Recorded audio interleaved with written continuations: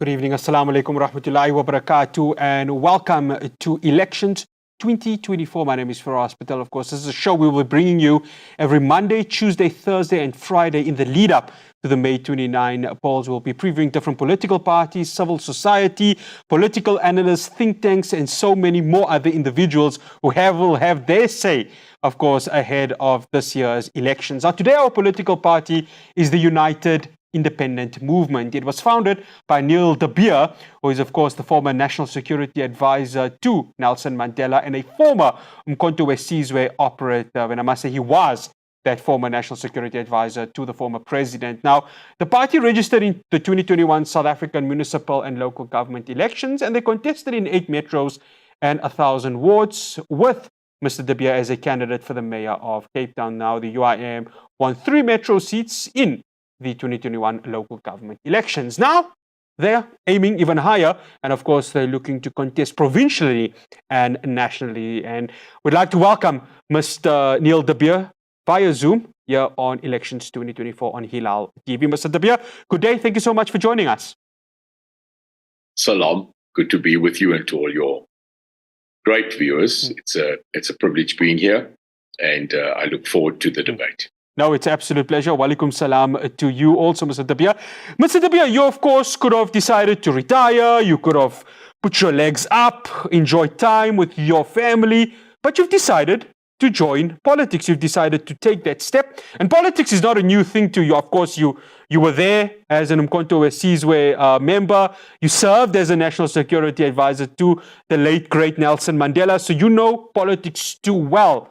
Why the return to it, Mr. de Beer? Yeah, just to correct, I was a National Security Advisor in the era of the president. There were obviously more than one National Security Advisor, but yeah, it was a privilege to serve in that era and to be a member of the struggle, not just to sitting back, but getting up. Yeah, you're right, Farad. I had the choice to go on with my business life, my global vested businesses in the world where I was.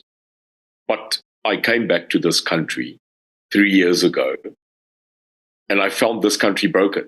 I found a nation that really, really lost that dream, that hope, which we fought for, all of us. The Rainbow Nation was absolutely broken. I could have sat back, but I won't. So here we are, back in the fight, so that we can agree that whatever we wanted to build in 94, that in 24, we can return back to that compass and become that nation again. Mr. de Beer, where did we go wrong as a country? Of course, 1994 comes as a sense of euphoria. I know I'd like to use the sporting terms, and, you know, as proud South Africans, you know, we were there seeing the Springboks lift the 1995 Rugby World Cup.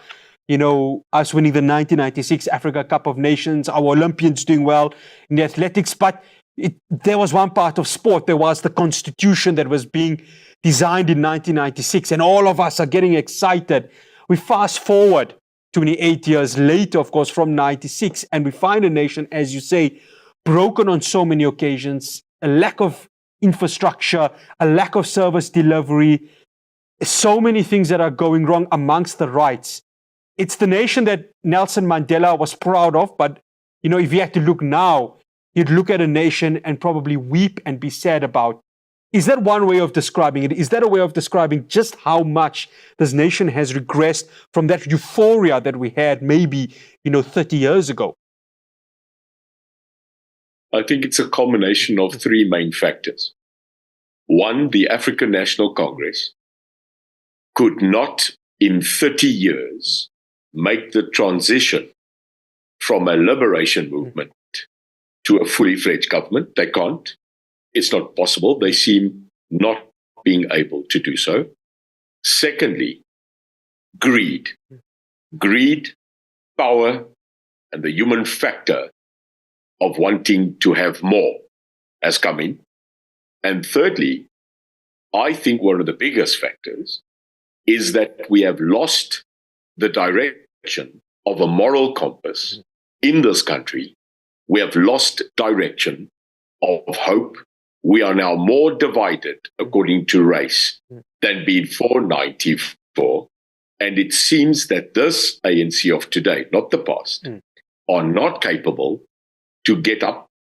And I'm not surprised having a leader like this one, like this Cyril, who, in my opinion, lacks the courage, the moral standing, and that I have called on many ways a coward. And that's it. We have no leadership. Mr. De Beer, there is, of course, alternatives to the ANC for our voters, and your party is one of them, the United Independent Movement. What does the United Independent Movement bring as an alternative to South Africans when they do head off to the polls? I think I kept it simple. I'm a person that keeps things simple. I don't want things complicated. I want to get to a point. So here's it. It's 5 points. That's it. We call it the 5C principle. And that's it. There are many more. But I have decided that the functionality of the UIM will be 5 C's, if I may. 1, crime. We have to now get up and admit that we are actually at a state of domestic warfare in this country. 84 people die a day of murder. That is more than certain areas in the world that are declared in a state of war. So we cannot continue. We cannot have this Beki Tafeltjie Stoeltjie Cele. He is incompetent. He must be removed. And then we need to readdress the whole system of policing in this country from the top right to the bottom. So crime, we must fight it. Zero tolerance. Number 2, we must protect and defend the constitution of this country. In other words, the rule of law. But we need to revisit it. Absolutely. Thirdly, we cannot allow corruption to continue. Corruption is, by the way, not corruption. It's theft. Hulle is 'n dief. Hulle het gesteel. So we must stop saying it's corruption. It's a crime. And we must lock them up, all of them. And it's listed in the Zondo Commission. Fourthly, capital must come back, sir. The capital comes in the top and 80% absolutely vanishes through stealing, looting, incompetence. And the people at the bottom, they get so much. And lastly, it's time that we bring our faith. We call it a Christian. I'm a Christian. I love my God. But we absolutely respect the Islamic faith, our Muslim community, our Hare Krishna, our Jewish faith. Anybody cannot sit there and tell me that in every one of those religions, there's one common denominator, and they talk of light. This country needs to go back to the light, including ESCOM, and face the dark. And if we do that, we focus on that and unite, we'll make it. I can tell you that. Yeah, I have to agree with you with regards to the religion. I think that's the one thing, whether we are Islam, Muslim, Jew, or Christian, I think we follow, that the moral compass of having that faith with us. Mr. De Beer, you speak of ESCOM. I don't know, maybe you'll be able to shed more light with this, but I remember it's the late 90s. The think tanks of ESCOM approach government and say, look here, supply is going to be more than demand. We need something to happen. Nothing happens. We are where we are right now. Knee-jerk reaction. Kusile Madupi gets built. It's still not enough to sustain the country. We are moving, it's over a month now of no load shedding, but there is the big question mark. What happens post May 29th? What do we do with ESCOM? Because this is not going to be a short-term fix right now.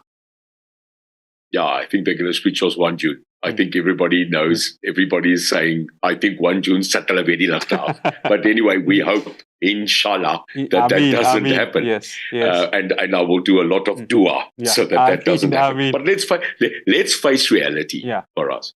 Number 1, imagine you give one guy a job and the only job he has is to bring power. So can you imagine you give one guy the power to switch back the power, to supply us power, and they ridiculously fail. So I think when he declared, this is now Suki Cyril, that he was going to appoint a Minister of Electricity, I think all of us went, what's next? Minister of Pothole, Minister of Sidewalk. We can't continue appointing ministers. And then there's no actual relief. So I'm telling you, to change ESCOM 3 ways. That's it. 1, bring specialists back. Bring an electrical engineer. Bring the retired people that used to build ESCOM, no matter what, and then get them back to put on the power. Secondly, read Andre de Ruyter's book for us. Just read it. It's there. He tells us what to do. And lastly, we cannot just, at this moment in time, look that we are comfortable with fossil fuel burning. We are currently keeping the lights on because we're burning diesel. Now, the future must be widened. And yes, if we have to look at nuclear, if we have to look at power that comes from hydroelectricity, if we have to look at wind power and solutions of one thing Africa has, and that's the glorious sun. Yes. But we cannot sit back and think that 62 million people are just going to wait for a plug. We have to solve that problem, and privatization and giving other entities a competitive edge to also supply power to the grid, that's the answer, in my opinion. Mr. De Beer, you said you keep things simple, criminal justice system. We've heard the NPA and the Hawks saying that, look here, budgets are tight because we can't go ahead and implement the recommendations of the State Capture Commission of Inquiry. What does the UIM say should it be in power in strengthening the NPA Hawks? And the question of scorpions, is that something that you would bring back, Mr. De Beer? I'm going to be very controversial now. Yeah. Yes, well, this is the platform I've had for you. absolute, and I'm known for that. Yes. Go to Dubai. Go to Saudi. I've had the privilege, the pleasure to stay, live, work in that area. Now, you've got to not take my words out of context. Why is there minimum crime there? I'll tell you why. There's a law there. There's no negotiation of law. If you actually contravene the law there, you get punished severely. I went there. I will never forget. I walked past a Ferrari in Dubai Mall that was on, and no one was in it. And I looked at this car, and the guy said, no, the owner of this car left this Ferrari running because he doesn't want to come back to a hot car. But can you imagine you leave a Ferrari in South Africa outside Sandton Mall? Yes. Now, that is the difference between, and I'm not calling that we all should have that kind of justice. But in this country, crime pays for us. In this country, you get away with it. In this country, there's no punitive justice that says to the person who is about to commit it, you're going to pay. Now, we've got to review the justice system. We've got to bring back the actual scenario where if you do the crime, not only do you do the time, but you get hard labor, because you cannot allow people, for us, to think that they can get away with it and actually society will allow it. Yes. Scorpions, whatever you want to call them, scorpions, warthogs, arende, valke, slange, it doesn't matter. What matters is that you give that people the capability to enforce the law, but not when they do it and they do it too well. Now you want to shut and scrap them. We must get back to the old system, and here it is. You will remember when that yellow van in the past used to come around the corner. You know that even if you weren't wrong, you apologized. There was respect for the police. There was respect for law and order. And that is under a UIM government, the fact that we will go back. We called our campaign Jobs and Justice. And that's what we need to bring back. After the break, I continue my conversation with Mr. Hilaal De Beer. We're going to be talking coalition politics and, of course, how this is going to shape potentially nationally and provincially. Do stay tuned.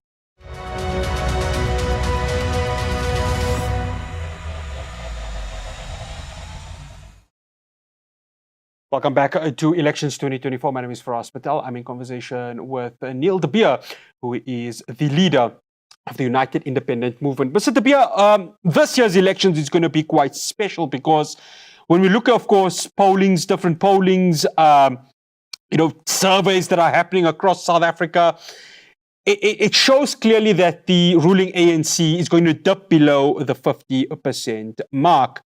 How do you see coalition politics playing out? And of course, what's the UIM's position when, of course, certain political parties come and you are the kingmaker and you have to make that decision in terms of governing, whether it's provincially or, dare I say, nationally? Whereas I think three things we've got to realize is that without a doubt, if not this year, then the next, coalition politics is coming.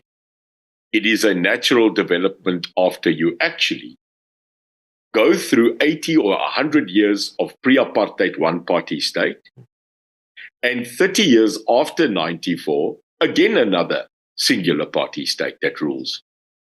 It's a natural thing that now democracy is entering. And that sign of democracy is actually the fact that 52 or 53 parties will now be on a ballot, that coalitions and power sharing is being looked at. I get it. We have not been very good at doing the perfect solution on the, call it, municipal coalition structures. It's not been very good. It's not been successful. It's a learning curve. So I say we've got to prepare ourselves that coalitions are going to be formed. I'm not part of one, but I am part of a multi-party charter which says that if those 11 parties get 50 plus 1 in the election, they are without a doubt going to go into a coalition. The interesting thing is, in this country, whom, if we don't get an overall majority on any side, those three factions, I'd like to tell you who they are, if not one of those three groupings get 50 plus 1, then we are going to ask who's going to talk to who. So it's going to be an interesting ride. And I said yesterday, it's not who is going to talk to who. They're already talking to each other. Trust me. Yeah, of course. I mean, if you see the newspaper reports, you've got the deputy president who could be speaking to the EFF or the likes of the MK party. And you've got President Cyril Ramaphosa, the president of the Republic of South Africa, saying, well, we could maybe look at the DA. These are, of course, newspaper reports, speculations. We'll see when post-May 29 happens. Mr. Tipi, of course, your party is quite a new party. It's entering its first national elections and provincial ones. We've seen many other new parties come into the frame. How important are these new parties going to be? And what impact, realistically, are you looking at from a UIM perspective? I think we are clear. As you know, I'm a realist. I say it as it is. I think I'm refreshing because I say it like it is, and I'm not intimidated by anybody. This country has got more potential than what we ever can think, but we need to unite. Here's the fact. Here's the story. We are maybe a small party, but you will remember that even the Springboks were one with plus 1. So 1% means a hell of a lot in a coalition. It means a hell of a lot when you are getting bigger, when you are rising. And here's the fact, which I will tell you straightforward now. We are not under any illusion that we are going to govern, that we are going to get the votes. We are not. But I can tell you what we've decided at the UIM. And this is important for your viewers. We have decided that the UIM will be the party that will keep everyone in Parliament accountable. Everyone. I'm listing every promise that every party is making currently. I have a total unit that looks at social media, that looks at the promises that these so-called bigger parties are making. And hear me well, on the 1st of June, when we go into Parliament, because the UIM will be there, we'll get enough backing. In Afrikaans, ons gaan vir hulle moer. You've got to hear me well. We are going to keep them accountable. And if they are going to think they're going to get away with it, you've met your match. And that is what I offer the people of this country. In Parliament, they are not going to get away with it. Yeah, I was going to ask about the accountability, because I think that's the one thing the citizens are asking for. They're asking for a sense of accountability, something maybe the leadership within this country has not really provided. And I'm talking not just nationally, I'm talking within the provinces also. There hasn't been that leadership that has come to the fore and really been accountable to the people. Now, Mr. Tipi, of course, being the UIM, of course, being a party that may not win a lot of seats, whether it's nationally or in the legislature, but how do you balance that out of trying to hold accountability as a political party, as a leadership structure within the country? You don't need 50 seats to keep people accountable. What you need is a voice. And the more confident, the more non-cowardly a leader is and a person is, the fact that you don't fear but your God will make the difference where I enter parliament. And no matter if we get 1, 2, obviously we're hoping for 5 seats as a realistic progress, but we'll take what we get. But I want to guarantee you, in the past 3 years, as the UIM grew nationally, there's one thing the people have always said about the UIM. You keep to your word, you speak the truth even if it hurts, but you are willing to take the people on. And that's what we need in this country. So I don't need 50 seats. I just need my voice, the help of God, of our God, and the might of light. And I'll show you what we can do, what 1, 2, 5 seats can do, because it's about the people. It's about respecting our people, and that we need to stand up for them and not lose the fact for us that it's not about you. It is about the people that elect you. Yeah. Mr. Dabia, Hilaal TV, of course, our channel is predominantly an Islamic channel, so we cater for the Muslim community within South Africa, but we also have non-Muslim of our compatriots that watch the station. But your message to the Muslim voter, because you've mentioned, of course, you've associated with a lot of Muslims, whether it was during apartheid and even post-apartheid. So just your message to the Muslim voter that is watching this channel, and why the UIM should be the party they should put their tick by. Yeah, Farah, shukran for the opportunity. I think everybody knows I might be a person that is a Christian, but I love and am in love always with the Muslim community. I understand. I've read the Quran. I got one in English, and I fell in love.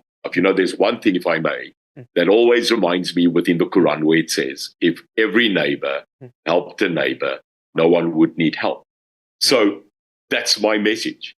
My message to our voters out there within the Muslim fraternity is it's time that we put our religious bias aside, that we forget about race, that we forget about what divides us. It's time that we get back to the principles where we can bring back unity. And the united independent movement is colorblind, it's racial blind, it respects its faith as number one. So if you vote for me, if you vote for the UIM, that is what you will get. No fear, no favor.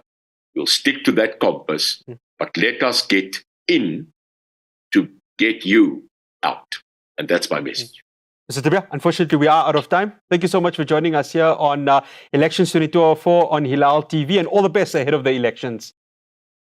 Inshallah. Thank you very much. No, it's an absolute pleasure. That's Neil Dabia. He is the United Independent Movement leader. Well, that's all we have for you here on Elections 2024. From myself, Ross Patel, and the rest of the team in Johannesburg, we'll have more for you next week, Monday, Tuesday, Thursday, and Friday. Do have yourself a good weekend. Assalamu alaikum wa rahmatullahi wa barakatuh.